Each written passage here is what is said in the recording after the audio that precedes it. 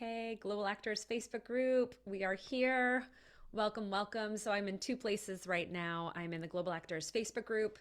If you're on Instagram and not a part of this group, it's facebook.com/groups/global actors. We've got a lot of free content in there. And then folks in the Facebook group, if you're not already following our new Global Actor channel on Instagram, definitely check that out. But I'm going to be streaming from both places today. So if you have any questions, feel free to drop them in either place that you are in. And I just want to say hello. Oh, I'm going to try not to put my face in the camera for Facebook, but I want to welcome Barbara. I'm so glad you are here. Welcome Linda and Tammy and Shelly. Welcome, welcome. Hey, PJ and Pam. I got your question, Pam. Thanks for asking it. We're going to definitely cover that today. Welcome, Kareen. I'm so glad you could join us. And I think that's okay. I think we're going to get started. So again, feel free to leave questions as we go. But today's topic is, well, let me start out with a few questions. Are you feeling stuck around relationship building in the industry? Whether that's the acting industry, the audiobook industry specifically, what we're talking about today is going to be related to both. And if you are new to me, if this is the first time we're meeting, hello, I'm so glad to meet you. My name's Elise Arsenault. I'm a working actor, audiobook narrator, career and performance coach for actors.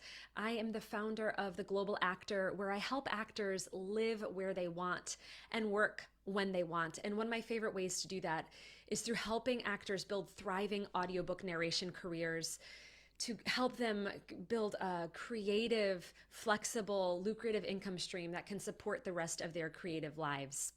So you are in for a juicy topic today. Again, leave questions as you have them. I'll get to as many as I can.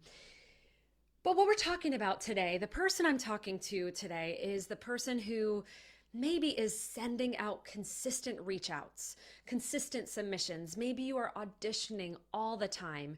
You're reaching out, asking people to check out your materials all the time, and you're just not getting the results that you want. Maybe you're getting some feedback, maybe you are getting some bookings, but you're not getting as much as you want. And so we're going to talk about maybe, I'm not going to say why that is necessarily because it's different for everyone, but what I will say is the first most important thing I want you to really take in, because it can be hard to take in, is that everyone is not for you and you are not for everyone. And that's actually a beautiful thing. That's actually a beautiful thing. So you are not for everyone, everyone is not for you. I know sometimes when we're not hearing back from people, it's kind of like whatever inner child wasn't accepted by the cool kids in high school or middle school or elementary school. Sometimes that feeling can come up of, oh my gosh, they won't accept me. What do I need to do? What do I need to change about myself? How do I need to say this differently? If any of those thoughts are coming up for you, or if you've ever thought those things, put a one in the comments, just so I know. I say that because I've been there before. I've tried to change things about myself. I've tried to change marketing materials, just thinking that might be the thing. But what I want to say is, no matter what you do, you're not going to get bookings from everyone in the world, and that is fine, because if you're an audiobook narrator and that's why you're tuning in, you probably only have room for like maybe at most 20 to 30 projects a year. So what are you going to do if you have 20 to 30 people reaching out to you all the time and you have to say no all the time? That's going to create its own problem. So I want us to just kind of pay attention to that. How much of this is like the inner child from middle school or high school that's just coming up and rearing its ugly head. And to that, I would say, give yourself a big hug and remind yourself that you are where you are. You are worthy. You have put in the hard work. You are deserving of work, and it will come to you. But it's not going to come from every single person, and we've got to be okay with that. Okay?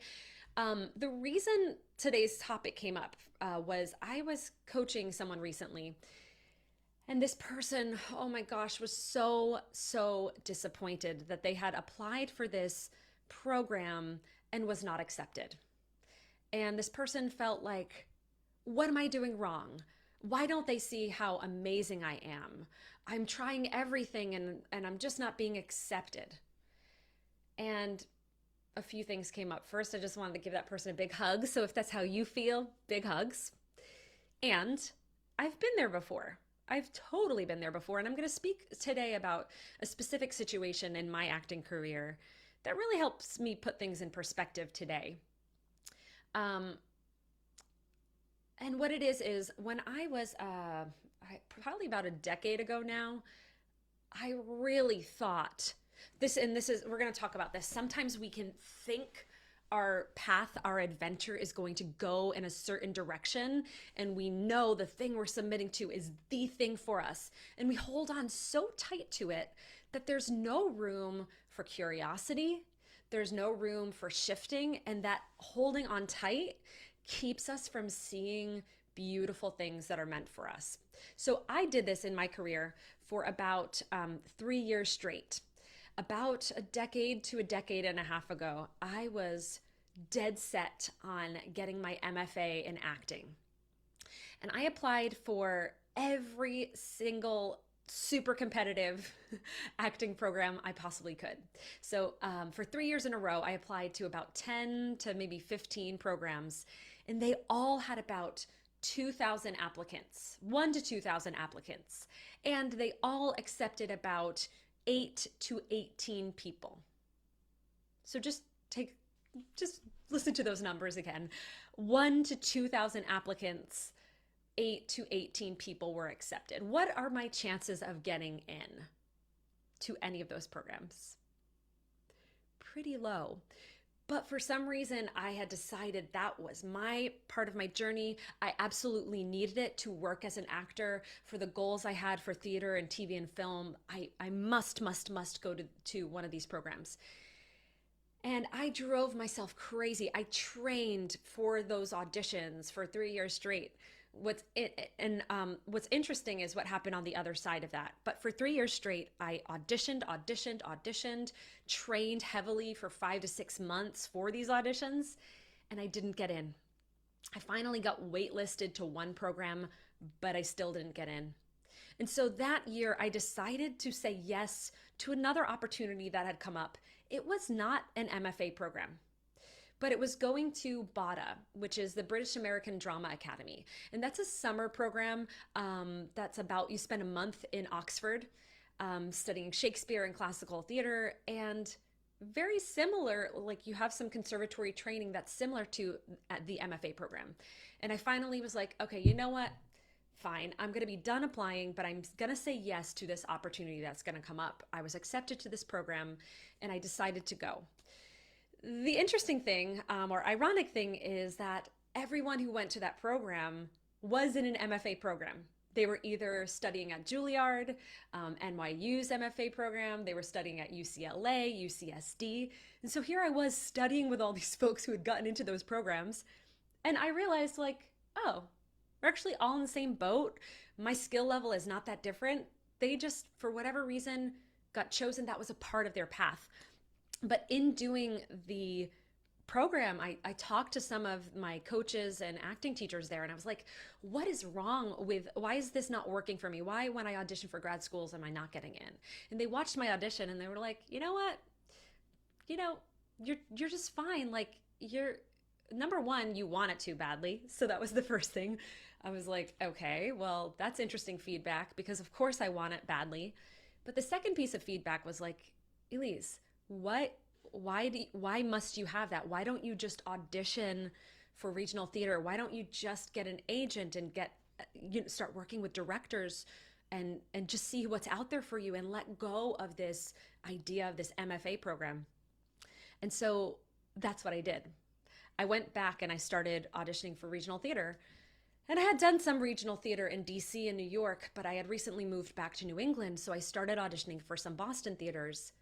And of course, the first audition I went to, I had finally released this pressure and I was feeling authentic. And the first audition I went to, I ended up getting a callback for, and I ended up booking it. And it was pretty competitive, but I booked it. That was a part of my journey, that show. And then from there, I worked on building relationships with regional theaters. And that's going to connect to what we're going to talk about today around relationships that you might be building in the audiobook industry. But all that to say, the acting coach who said, you only need get going, get auditioning for directors, because really, you only need about 5 to 10 directors in your career who like you for you to have a full career. So I want to say that today. If you are just getting going in audiobook narration, or you've been doing this for a while but don't feel like you have as consistent bookings coming in, keep in mind you don't need 50,000 people to love you. You probably just need 5 to 10 clients who you can go back to again and again. And you might not know who they are yet. So part of this right now is exploring that part of the journey. But I want you to know, sometimes hanging on so tight to the thing that we think is part of our journey is really keeping us from looking at what other opportunities might be there. So today I want to recommend that you lean in to what is working. Let's lean into what is working. So be grateful for those who've already hired you. Be grateful for those friends and colleagues you have that may be giving you referrals, that may be your accountability partners, that you may be inspired by. Start giving to those relationships as selflessly as possible. And I mean that. I mean selflessly. Give. It's going to come back to you. Sometimes the receiving might not come from the same people, but the receiving might come from other places. But because you're putting energy of giving out there, it's going to come back to you. So I want you to lean into what's working. Those who've hired you, I want you to highlight in green. If you keep track of your reach outs, highlight in green that is a warm relationship. That is a hot relationship. Or red, whatever color sits with you. But green to me is like abundance, income, money coming in. Those are things that are working for you. And then, thinking about your friends and colleagues who you already have relationship with in the industry. Set aside some time in your business office hours for your, if you are setting time aside for auditions, for submissions and reach outs, make sure you're also setting aside some time to just keep up relationships. Who are, maybe list out who are 10 people that you really enjoy being around. Give to those relationships, keep those solid. There are so many friends in my life, so many colleagues in my life that didn't used to be my friend, but I did put them on a list. Usually at the beginning of the year, I'll do this exercise where there are people that I admire, that I want to spend more time around. And eventually those relationships, some of them, and let's just say this, some of them get closer, others of them don't. That's another thing. Like, it's not another thing. I'm saying the same thing, really. Let's not force things to happen. Put the energy out there and see what's coming back. So we're going to talk about that right now. See what's coming back. Let's gather data. So as I was working in regional theater, I was probably keeping in touch with about 20 to 30 theater companies consistently once I decided that's where I was going to be for a while. And every time I had a booking, I would let those 20 to 30 or 15 to 20 relationships, I'm going to say 20 to 30 right now. I would let those 20 to 30 people know I was in a show. I would send them a postcard. I would, if I was sending out an email outreach, I would make sure they were on that as well. And I would say a handful of people got back to me. I would say there were about 5 consistent relationships that would offer me auditions or callbacks, sometimes offers. But again, I was reaching out to 20 to 30 consistently, and about 5 were those deep relationships. I didn't stop reaching out to those 20 or 30, but I also did not put pressure on any of those. So I think that pressure is what I want to invite you to take away today. Take away the pressure. Lean in to what's working, okay? So whatever is working for you right now, just like pay attention to that. There's this exercise I learned from an intuitive declutterer about a year or 2 ago. And there was something about just closing your eyes. And if there's it's like with something, there's a certain object. If as I was decluttering, if there was something I wasn't sure if I should keep or give away, they would say, put it up to your heart and close your eyes. And if you instinctually lean in, it's something you want. If you lean out, it's something you don't want and you can give away. So think about that with relationships. Is there someone that you've been reaching out to that, if you're really honest with yourself, if you really close your eyes and think about that relationship, are you drawn in to keep going, or is it time to release it? Okay. A little bit woo woo. You know me. I like a little bit of that.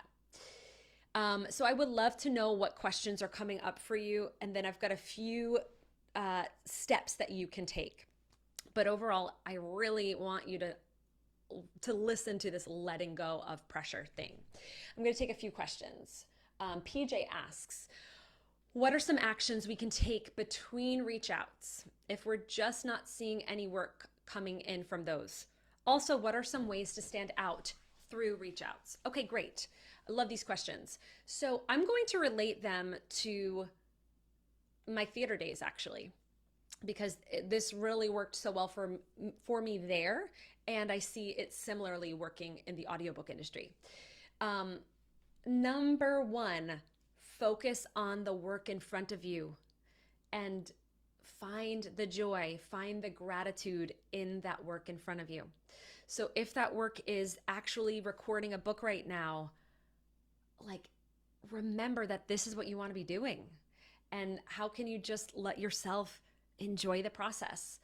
I think sometimes we can get a lot of FOMO around seeing what other people are doing and decide, it's a decision, decide that we don't like what's coming to us instead of embracing what's coming to us. So sometimes what's coming to us might be not an abundance of work.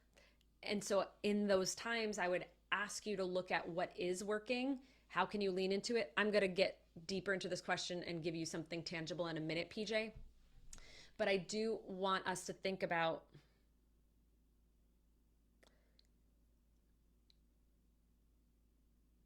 how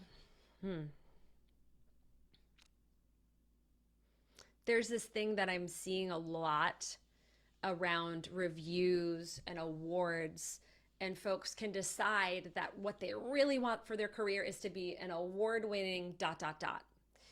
instead of working on projects that fulfill you. So I want you to spend some time, for everybody, what is it that you really want? What actually is your definition of success? And how can that be closer to what you have right now? So if that is being a consistent working actor, I think that's a much more motivating, maybe it's not, I don't know if you'll find that motivating, but something that you can find gratitude right now than necessarily saying, I must win 5 audio awards one day, or I must win an Oscar for me to consider myself a successful actor. I think that's something our society has given us, is said like only actors who are A-list, who've won Academy Awards count. That's just not true. That's just not true. So let me go to some tangible ways. Some tangible things you can do that that are connected to my theater life would be, I would actually go to shows. So for you, if there's relationships that you're building, I would actually listen to audiobooks and reach out to those producers of the books afterwards and let them know how you felt about that production. Or if you're at an event where you can meet these folks, connect with them afterwards. Those are some really great tangible actions you can take. Also, I'm going to give a big shout out to an event that we're doing at the Global Actor this coming Tuesday. You can check out the link in our bio. Jennifer Aquino, an awesome, talented actor and audiobook narrator who's a community mentor at the Global Actor, is giving a phenomenal networking workshop on Tuesday. So attending networking events and being authentic and giving yourself the opportunity to be in front of people that you would like to meet, but also being open to whoever you happen to meet at those events is going to be another solid action that you can take. So I just named about 3 things. If you're inside the Great Audiobook Adventure, in chapter 9, you will see 20 things that you can do to build relationships. So, what I'm talking more about today is this mindset of leaning in to what's working. Because when we're not feeling good about these things, that energy can leak into our reach outs. That energy of not being enough or trying to be a cool kid, that can that energy comes into um, meeting people, right? And so the other action I want you to take is taking care of yourself, doing self care things that make you feel good, surrounding yourself with supportive people who lift you up so that you celebrate with them and you give them the opportunity to see you and cheer you on. And that way, when you're going to networking events, you have a whole crew of people who are already with you, and that helps you be more yourself and to be more confident in those situations. And that all leads to more and more of feeling good and attracting what we're putting out there. So again, if we're attracting angst, if we're attracting, I mean, if we're feeling angsty, if we're feeling like we want something so badly, like I was for that grad school audition, that can feel really heavy on some people, like reaching out over and over and over and over and over again, reaching out to someone like 5 times in a month. That needy energy will come through, and that's not what we want. So tangibly, what can we do? Take care of ourselves. So surrounding yourself with other people. I think I'm repeating myself right now, so I'm going to pause for a second and see if there are any questions coming in. So 2 events really at the Global Actor this week that you can take part in. One is Jennifer's networking event. It's happening inside Momentum Club. If you want more information, again, the link is in the bio. But also on Friday at 7 p.m. Eastern, 4 p.m. Pacific, we have our monthly celebration and intention setting room on Clubhouse. So that is the Global Actor Lounge is the club. Go join that club if you're not a part of it. But once a month, we gather to celebrate.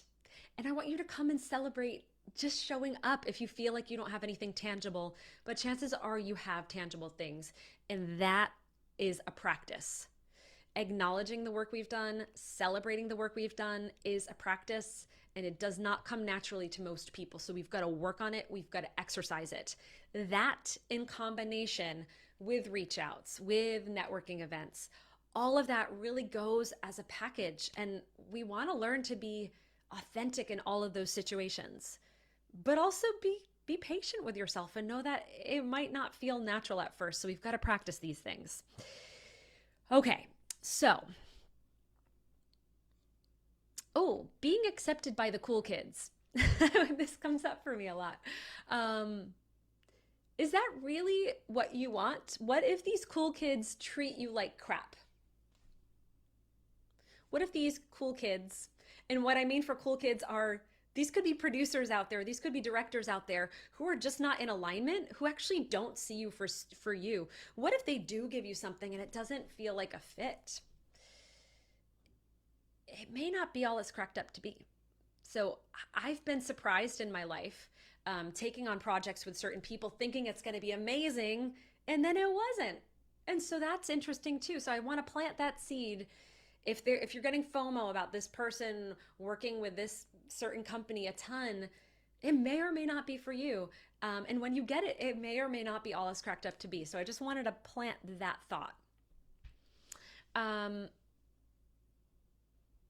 Okay.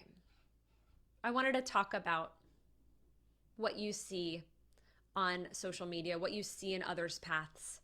So often we're seeing so many people's mile 20 in their marathon, and you are on your mile 3, and you're comparing yourself with that person.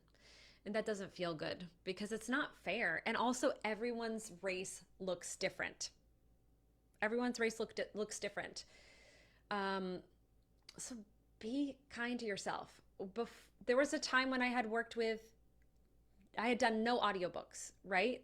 Maybe some of you on this call today had done no audiobooks. Yeah, that exists. And then you're going to get a booking, and then you'll have done 1 audiobook. All that to say, like, wherever your path is, lean into that. Be kind to yourself. Everyone is not for you. You are not for everyone. Take a deep breath. All right, I'm going to go to some of these comments and then I'm going to answer a few questions that came in ahead of time. Thanks everyone who is here. Thanks for asking these awesome questions. Okay, Barbara says, I'm challenged with coming up with ways to personalize emails that they can relate to. How do you find out what they're up to if they don't share it on social media? Okay, good question. Don't make yourself crazy. So if it's easy to find, if you've done some research and you've found all the information you can find, don't forget, lean into the relationships that you are giving to. So think about the narrators who you're close to or you're building relationships with. Again, don't ask, give, give, give. But say you've done all that. Say you've talked to friends who've worked with them, you've gathered as much information as you can, and you don't really have too much of a crazy personal connection. Just put the reach out there as your gut is telling you to. And a tangible step I'm giving you today, and I'm going to cover 4 tangible steps at the end of this. One of them is just gather data. What we're doing right now in being consistent with relationship building is we're gathering data. We're sending out things, we're getting information back. Sometimes that information is a yes, please audition, or yes, direct offer. Sometimes that information is no, you're not a fit for us. Sometimes the information we receive is crickets, like no response. That's information too. So what I want you to do in your reach outs is not be so precious with it. You are gathering data so that you can learn and be curious. I really want you to be curious on this part of your process so you can learn who is for you and who isn't. Keep records, send the thing out, make a note of when you sent it out, and right then, without even getting any feedback, I want you to put your date of when you're reaching out to that person again, whether that's 6 weeks from now, 8 weeks from now, 2 months from, 3 months from now, whatever that is, put that there so that then you can release it and walk away. I want you to have the same energy when you're sending out an audition. Make note of it on your audition tracker. How did you feel about it? Any information you want to remember, and then release it out into the world. If it's meant for you, it will come back to you. But right now, the business brain, which I want you to live in for this kind of thing, is just doing that work and knowing that in marketing, it takes 7 to 12 touches before someone is even going to get to know your name. So we've got to be patient. And the startup process or the leveling up process can be really, really, really tricky, but then you're going to get to a point where you start feeling the flow. So don't give up. Don't give up during this stage. That's a really great question, Barbara. Thanks for asking it. Okay, another question came in earlier. When you are on a handful of rosters, how do you go from we'll keep you in mind to we've got something for you, when can you start? Good question. I don't have the answer for that. I wish I could tell you, but I don't, because here's the thing. You don't know when a project that you are right for lands on their desk. It could be, I've seen this happen with clients that they happen to, that first reach out, they might have something that you're a perfect fit for and the stars align and that's a direct offer for the first reach out. And then I've had clients where they've been consistently reaching out for 12 months to 15 months and they finally get an audition or a direct offer. So this is where I want you to trust the process in just being in the sales part. You are a salesperson. That is a part of your business. You are an entrepreneur. So we need to just get in the routine of sending out consistently, networking, all of those other action steps without the need for a response. And so also something that's coming up for me is, well, Elise, I need money. I need these bookings. I need this work to survive. Okay. I don't think it's a wise idea for you to just quit your job and go all in on this if you don't have a flow of relationships. You might think that's counterintuitive, but it's not. I want you to feel a sense of abundance. So I did not quit my other jobs before I became a narrator. As I was getting more and more work and felt that flow, I started releasing those other jobs because I knew I had enough trust I had seen enough tens of thousands of dollars come in to trust that. So no one told, like, I don't, like, I'm just making it really, really known that I don't think it's always the healthiest option to just put all the eggs in this basket. I want this to be an awesome, solid income stream for you. And it might be your main income stream, but it becomes your main income stream after a little while. Sometimes that is like 2 or 3 months. For some people, though, it's 2 or 3 years. And we want to experience a certain amount of months where we consistently know and we have a system that's working for you. And everyone's system is going to work a little bit differently. Even though I teach a system, that is your foundation. But as you gather data from these relationships, you're going to understand what your personal ratio is, how many reach outs it usually takes for that person to get a booking, etc. Okay, so this is why you must commit to consistent reach outs so you can gather that data of how many reach outs it usually takes to get a booking, to get an audition. So this might be, I don't know, hard to hear. But yeah, those are my thoughts on that. Thank you so much, everyone, for these great questions. Okay, another question that came in. And then let me know in the comments. Let me go over to Facebook. I don't think oh yeah, okay, great. We do have some comments here on Facebook.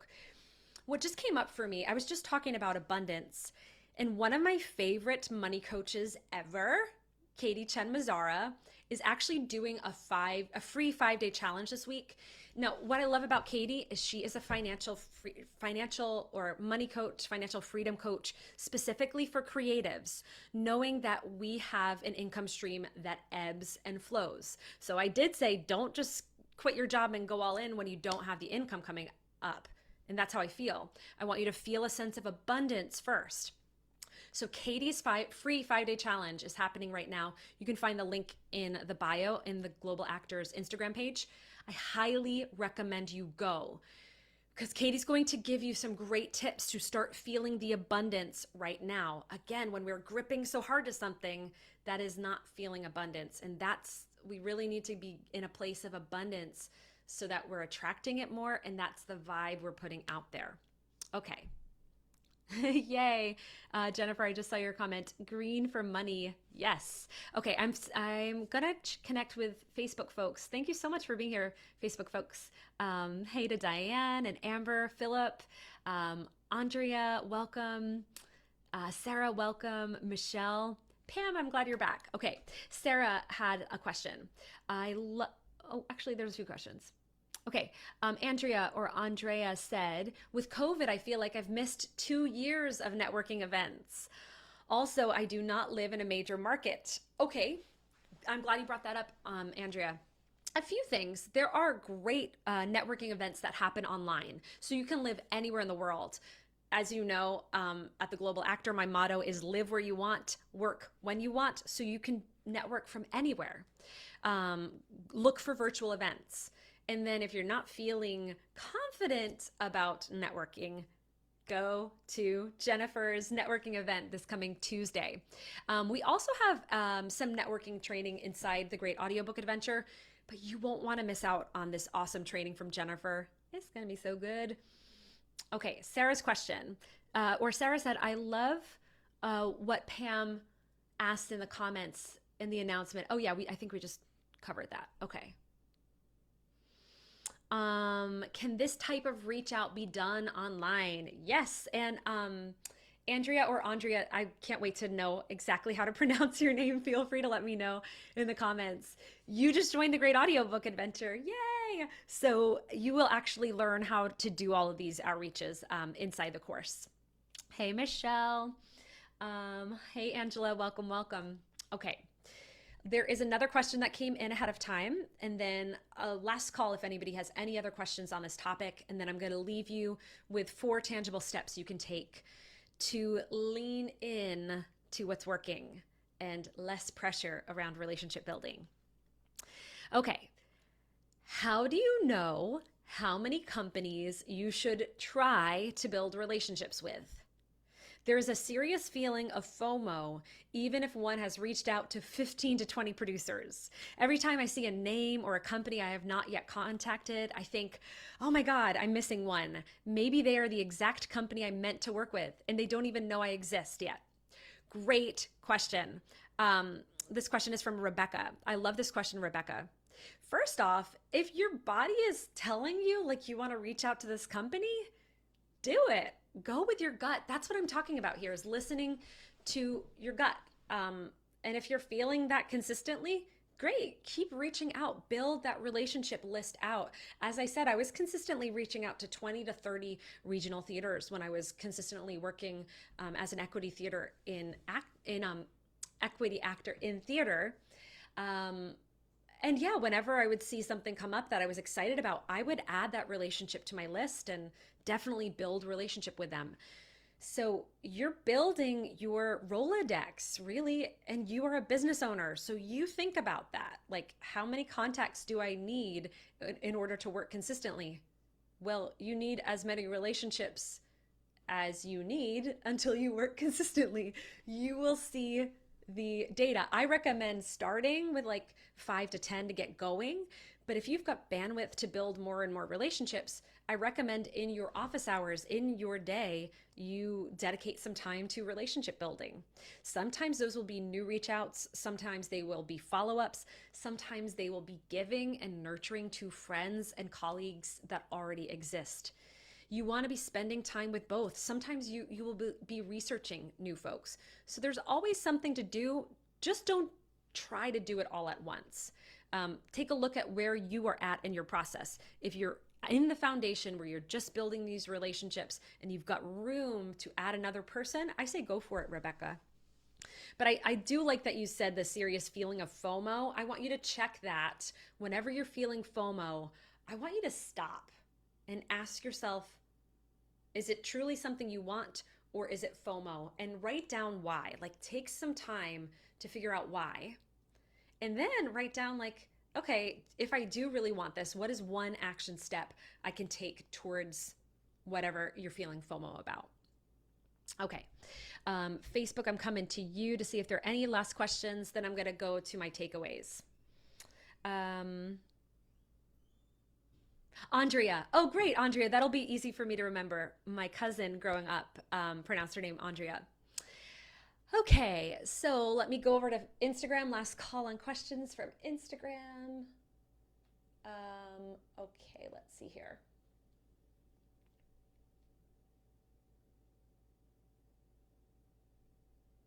Congratulations on your new release, Taylor. Exciting. Come celebrate with us, Taylor, on Friday in Clubhouse. PJ, oh good, I'm glad that was helpful to you. Awesome. Yay, Kat, we love Friday celebration days too.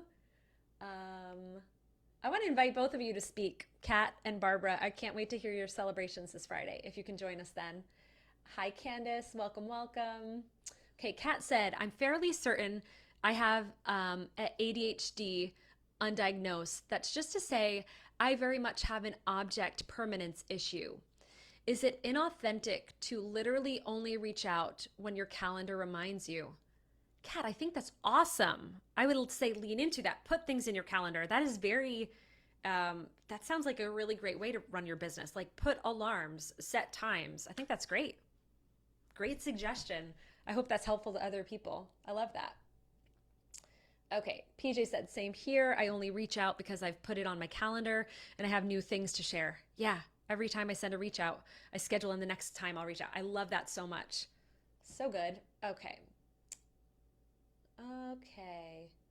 Let's see. Okay, I think I'm all caught up. Okay, so let me move. Okay, Angela had a question. Sorry if this is a repeat question, but in between reaching out, what should we be doing to generate work or things to level up so that we have something to say when it's time to follow up? Great question, Angela. Well, if you're planning to go to an event, it's great to reach out ahead of time and see if people are going to be at that event. Sometimes that might be speed dating. Sometimes that might be an in-person networking event. Sometimes that might be APAC. So I like to do a reach out before the thing and a reach out after. So those can be times to reach out. If there's a special performance you've done, that could be something. Angela, I know you've got a background of a different kind. I would say, like, look in your past career and see if there are interesting pieces that you could pull and showcase. I think it's cool to have like up to 3 pieces of information to share in reach outs when you are between releases. So I hope that's helpful. Thanks for asking. Okay. And then Sarah said, in a networking opportunity, what are top ways to be of service, offer up something of value? Good question. I'm going to leave that question to Jennifer, to Jennifer's networking event, because I know she's definitely going to cover that. Okay, I'm going to go to the 4 things I want you to take away from here. And I'd love to just know how you're feeling about relationship building right now. And it's okay if you feel exactly the same as when we started this conversation, but do let me know if there's any takeaways so far. The first thing I want you to keep in mind is trust your journey. Trust your journey. It's your journey. It's not going to look like anyone else's. I hate to tell you that. I don't hate to tell you that. I love to tell you that. That's a really beautiful thing. It's what makes you you. That is your authenticity. Why hit your head against the wall for where you are? How can you embrace it? Self-care, surrounding yourself with supportive community will help this. And when I say self-care, that does not mean just taking bubble baths, just going on retreats and meditation. Self-care is making sure you get enough sleep at night, making sure you drink enough water, saying positive things to yourself, making a change in behavior when you know it's time. That is all part of self-care. Self-care is also taking something away from this today. If there is an aha that's come up or an action you'd like to take, it's going and committing to that and following through. That is all self-care. And no one can do that for you. So that is number 1. Trust your journey, self-care, surround yourself with supportive community that can help you with this. Number 2, as you're building relationships, keep in mind the mindset that you are just gathering data. Be a scientist here, be an adventurer here, be curious, but you're just gathering data so you can learn who is for you and who isn't. Keep records, determine the next step, and don't make it so precious. Don't make it so precious. Data over drama, okay? Just look at it as data. I was just thinking of, like, you are a business and maybe you forget that you are, but you are. So think about a business like McDonald's. Do you think McDonald's worries every time they put a commercial out there what you specifically think of that commercial? Or do they know that in putting out a commercial, there's going to be a certain number of people who see it, and after seeing those commercials after a number of years, they may attract certain people? Okay, so for relationships, people need to know, like, and trust you. And the first thing they need to get to do is to know you. And sometimes it's going to take 7 to 12 touches. Sometimes it's not, and that's a happy surprise when it happens early. But have some patience, 7 to 12 touches. Okay, number 3, continue to follow your gut. When someone doesn't look like a fit or doesn't feel like a fit for you, stop trying to force it. Even if they have this very famous reputation, not everyone is for you. You are not for everyone. Go all in when you're starting these relationships. Be your authentic self and go all in with the relationships around you that are working well. Lean into that. Find joy in that. Be grateful for that. Celebrate that. And let people know. If you love your friends, like, let them know that. That's so great. I love it when people let me know how they feel, in a positive way, of course. Give. Selflessly. It will come back to you. What I mean by that is, don't just do something, celebrate someone in some way and expect that they're going to give you something. That is not how it works. Give selflessly. Let that be a part of what you do. So, you could find there are so many ways we could do this. We could strategize forever how to give, but I've just let me plant that in your head right now, and I bet you already have a lot of ideas of how you could do that. Who are you surrounding yourself with? If you are here right now, you're surrounding yourself with so many supportive people. Thank you for being here. Let me know if you have any specific takeaways from this, any ahas, let me know. And I can't wait to see you when I see you next. I hope you can join us again for Tuesday's networking event. It's going to be so amazing. Jennifer Keno is a master networker. She brings over 15 years experience in business. You've heard her successes throughout the audiobook industry. You're in for a treat. There are some in-person networking events that are coming up that the tips you're going to take away from this are amazing. So many gems. So join us for that again, Tuesday, August 30th, I believe, at 8 p.m. Eastern, 5 p.m. Pacific, inside Momentum Club. So join us there. And then come join us in Clubhouse on Friday. We're going to have a celebration room at 7 p.m. Eastern, 4 p.m. Pacific. I'm going to just look at these final comments and thank you again, everyone. If there are any final questions, I will come back later.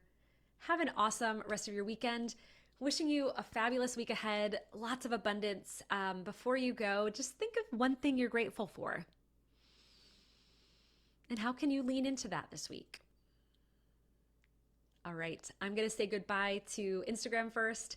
Thanks so much for joining us, Instagram crew. I will see you. This replay will be available, and we'll see you when you see you. I'm just like, oh, I realize I'm going to lose these Instagram comments. So actually, I'm going to say goodbye to Facebook first because I will be able to see these comments later. Okay, bye, Facebook. I will see y'all later.